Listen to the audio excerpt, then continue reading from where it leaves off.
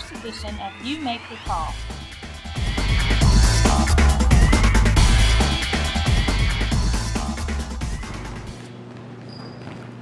What we're going to watch is several different plays, 19 different plays, back to see what we see as an official and what the rule actually is that we're looking at. Many times fans get confused. They think they know what's going on, or they think they see something that they don't actually see. Most fans are also uninformed of the actual rules. So let's take a look at these 19 plays, and you make them.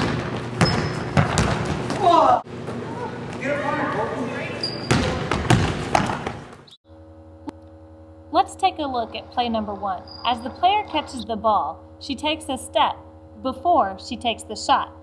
Is this legal? In basketball, you are allowed to have one pivot foot. Once that pivot foot is removed or picked up, then you have committed a traveling violation. Here, she has established her left foot as a pivot foot, picks it up, and puts it back down before she shoots. You watch it now in real time and see what you think.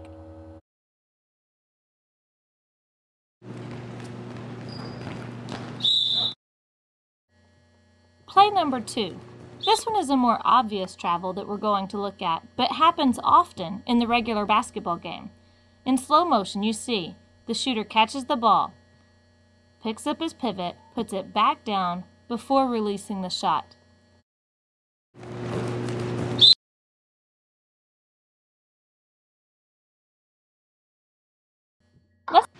Let's take a look at the spin move in this next play.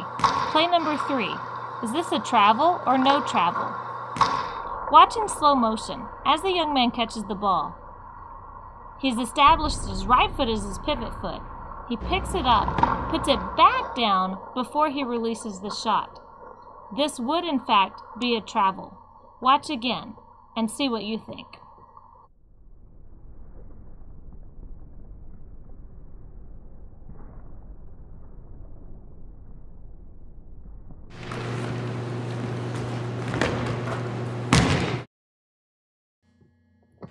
Let's take a look at another spin move down in the post area. Watch here as the player catches the ball and establishes her left foot as the pivot foot. Here she is getting position, catches, left foot as pivot foot, pivots, turns, and releases. As you watch this again in real time, see what you think.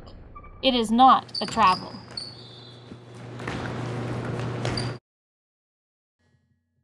Play number 5 is extremely tricky. As you watch this in real time, you'll see the player put the ball on the floor or dribble.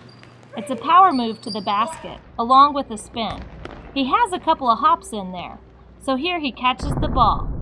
Begins a hop, but a dribble at the same time, so that's actually not a travel. Now he has secured the ball, and then goes up for a layup with the left hand. This, while it may look ugly, is not illegal. Now let's take a look at some backcourt violations, one of the toughest calls to make. Here the dribbler establishes position in the front court, gets trapped, and then steps back across in the backcourt. This would be considered a backcourt violation.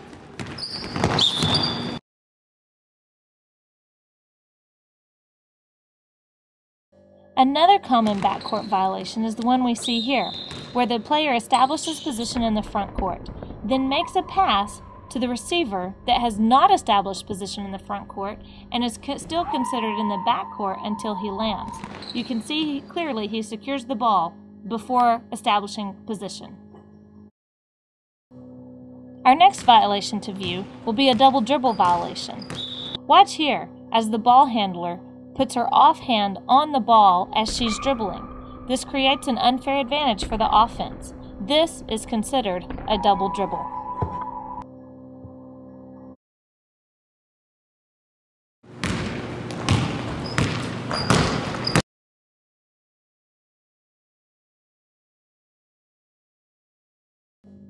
For the next segment of our video, we're going to move to fouls.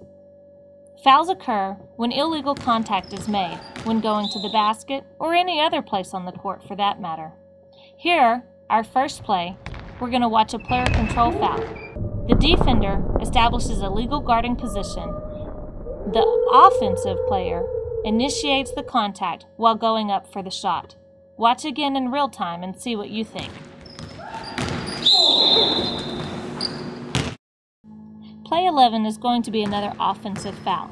Here the offensive player has already passed the ball to her teammate, yet she does not maintain control of herself and runs over the defensive player. Play number 12 is one of the most common shooting fouls in basketball. Here you'll see the offensive player go up for their shot and the defensive player make contact with her arm as she's in the act of shooting. Displacement occurs. For this, she would be awarded 2 free throws for being fouled in the act of shooting.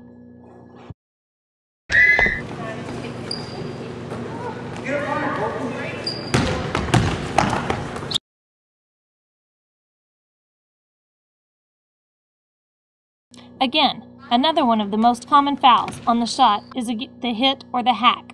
Here, as you can see, the young man is going up for the shot and is hit on the arm as he is shooting the ball. He would be awarded 2 free throws for this foul.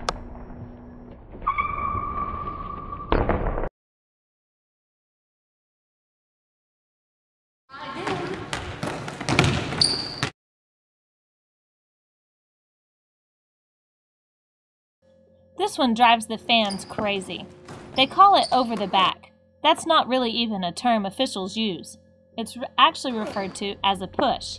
Here, number 24 has a legal position in trying to secure this rebound. The young man comes across the back and pushes into her, displacing her, therefore committing a foul.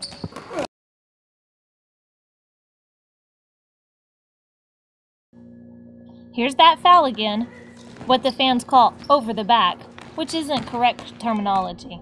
Watch as the player pushes, number 12 pushes number 24, displaces her to try to gain an advantage in securing the rebound.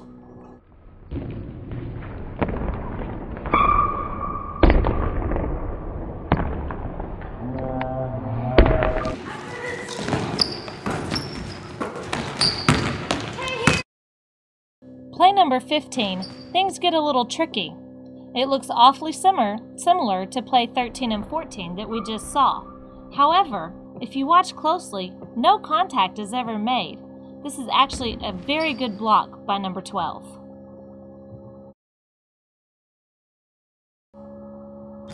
In play 15, I'd like for you to make the call. Is contact ever made? Watch again in slow motion, and then in real time. You make the call.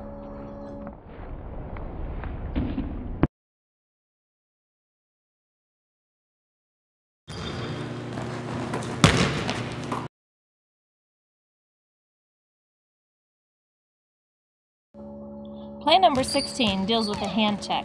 It is illegal for a player to place both hands on the offensive player at any time. Here you can see he's trying to find where she is and then places both hands on her arm. This is a hand check foul.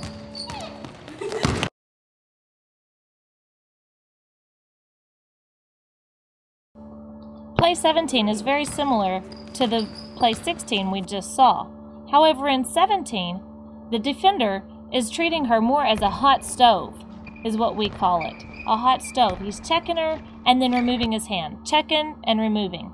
This is not a foul.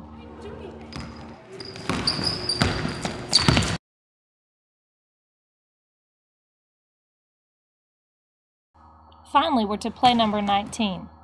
What's going on here? Is contact being made? No. Contact is not made between the two players. Both players have their hand on the ball. This would be a held ball situation, referred to as a jump ball. Keep studying the rules. Always be a student of the game, and you'll be able to make that call.